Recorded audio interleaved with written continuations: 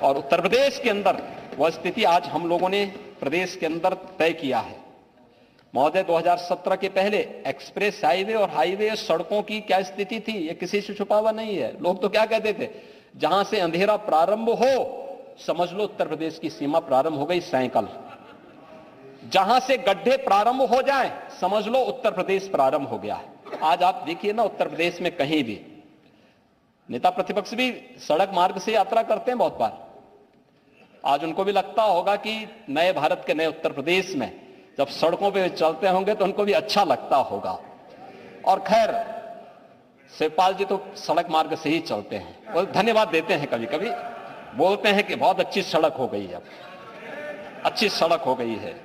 और कहते हैं कि मुझे सपोर्ट, वो कहते हैं बेचारे कि मुझे सपोर्ट नहीं किया गया, नहीं तो मैं भी ऐसे चाहता था लेकिन मुझे सपोर्ट नहीं किया। मैंने कहा भी जब बचपन में ही गलत राह दिखाने का काम आपने किया है तो अब भाई आप लगाएंगे बबूल का पेड़ तो आम कहां से आएगा। तो मैं अक्सर उनको कहता हूं इस बारे में। लेकिन महोदय, आज मुझे बताते हुए प्रसन्नता है, एक्सप्रेस हाईवे, मुझे आश्चर्य होता है सप्लीमेंट्री डिमांड्स को ठीक ढंग से संभवतः नेता प्रतिपक्ष ने पढ़ा नहीं है, और अगर पढ़ा होता तो संभवतः इतनी हल्की बातें यहां पे नहीं करते। हमने सप्लीमेंट्री डिमांड्स में जो मांग, नई मांग की है, वह सप्लीमेंट्री डिमांड्स में परंपरागत बजट के लिए पैसे की मांग नहीं होती है, ये नई मांग के लिए पैसे की मांग होती है।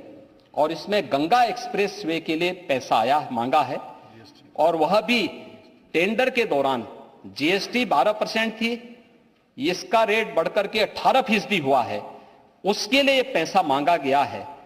500 करोड़ रुपए से अधिक की राशि है। पूर्वांचल एक्सप्रेस वे के लिए कोई पैसा नहीं मांगा गया है, बुंदेलखंड एक्सप्रेस वे के लिए कोई पैसा नहीं मांगा गया है, गोरखपुर लिंक एक्सप्रेस वे के लिए कोई पैसा नहीं मांगा गया है, बलिया लिंक एक्सप्रेस वे के लिए कोई पैसा नहीं मांगा गया है, और लखनऊ कानपुर या किसी भी अन्य एक्सप्रेस वे के लिए पैसा नहीं मांगा गया है। यह गंगा एक्सप्रेस वे का पैसा है।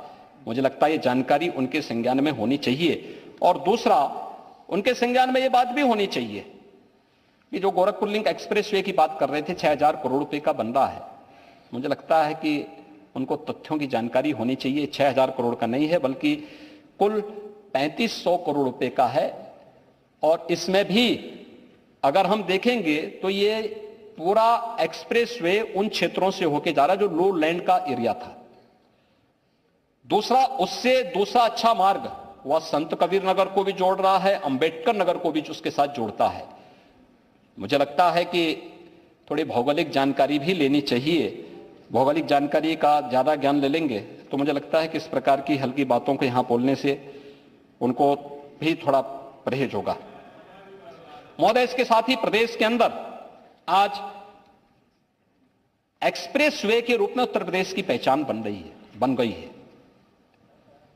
पूर्वांचल एक्सप्रेस वे भी है, बुंदेलखंड क्षेत्र भी हमारा एक्सप्रेस वे के साथ जुड़ चुका है।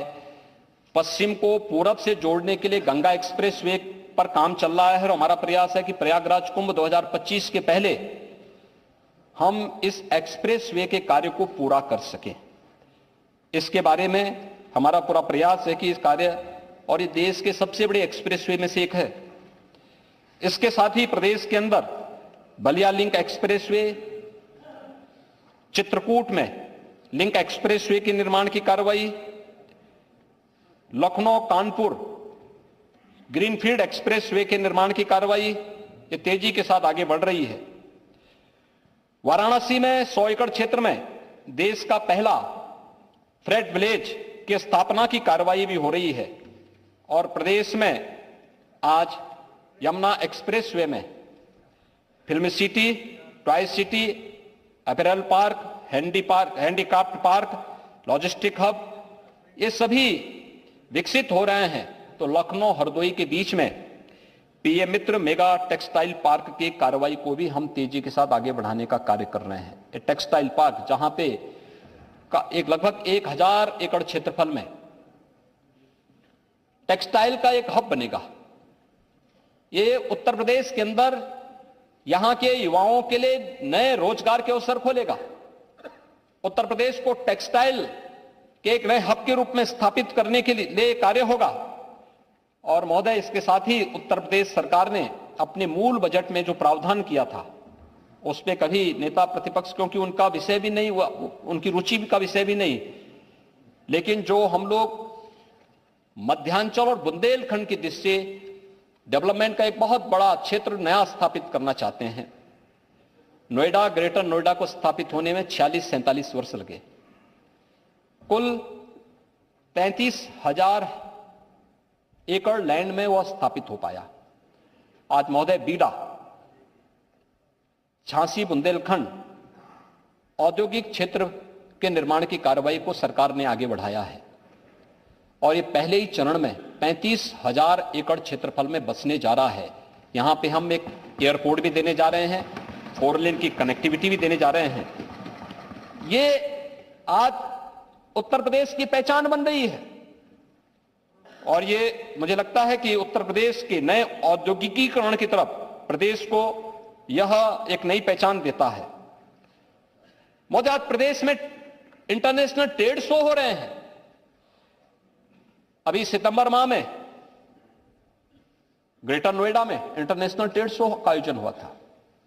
एमएसएमई प्रदेश की जो पहचान थी, प्रदेश जिस क्षेत्र में तेजी के साथ आगे बढ़ सकता है, जो प्रदेश की पोटेंशियल थी, आज उस ट्रेड शो का आयोजन होता है। 70,000 बायर्स उस पूरे कार्यक्रम में भागीदार बने थे। 4 लाख लोगों ने उस पूरे कार्यक्रम में सहभागिता सुनिश्चित की थी।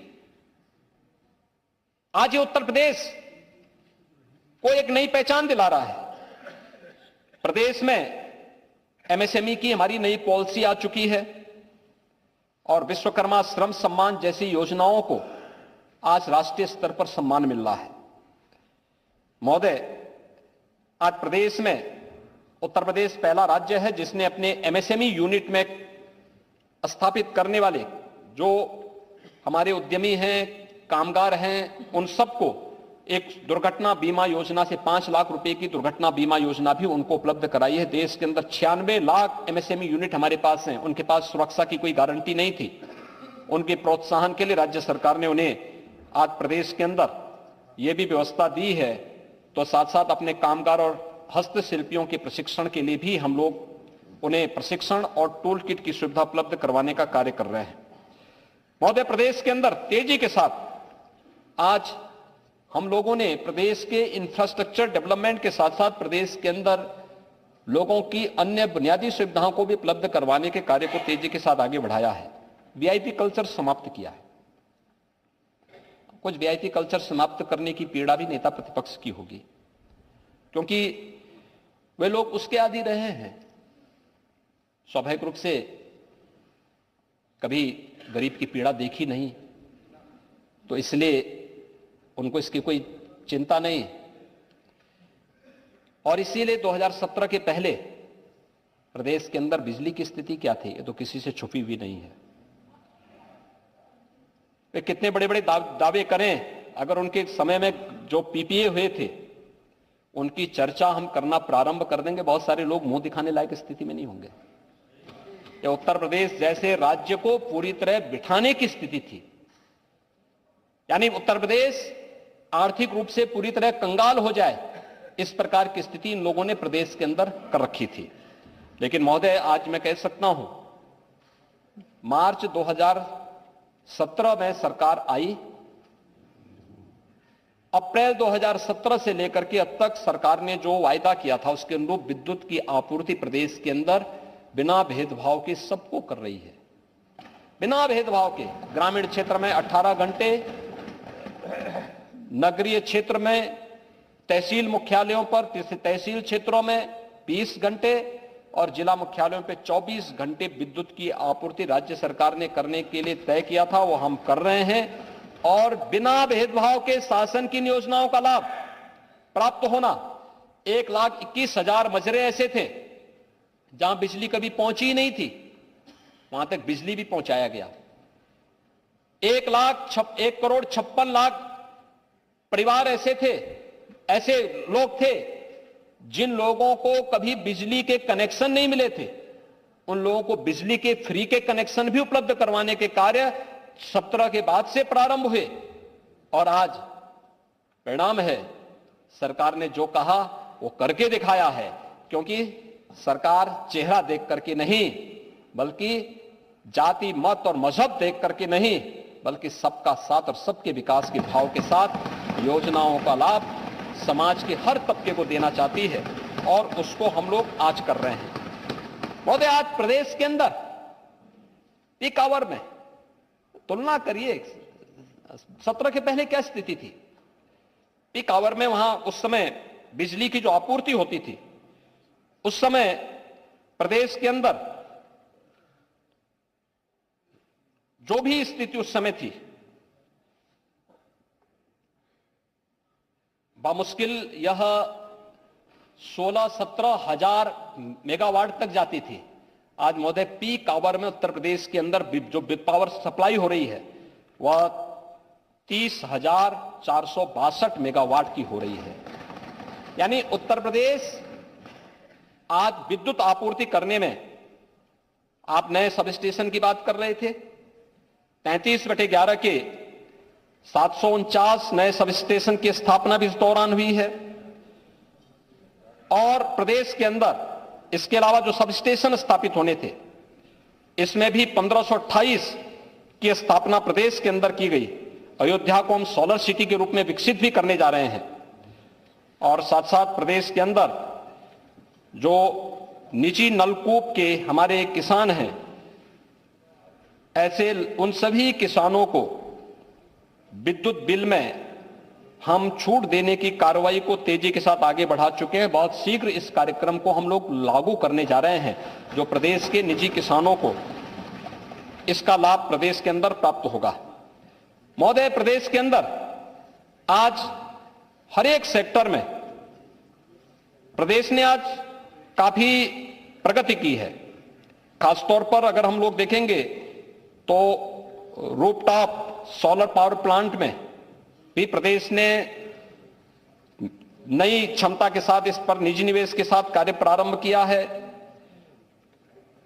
और भी अन्य क्षेत्रों में प्रदेश ने आईटी एंड इलेक्ट्रॉनिक्स क्षेत्र में सेक्टर में भी अगर हम देखेंगे तो ग्रेटर नोएडा में पहला हाइपर स्केल डाटा सेंटर की स्थापना का कार्य संपन्न हो चुका है। प्रदेश में आज तेजी के साथ हम लोग प्रधानमंत्री रोजगार सृजन कार्यक्रम के अंतर्गत भी नए रोजगार के सृजन के कार्यक्रम को हम तेजी के साथ आगे बढ़ाने का कार्य कर रहे हैं।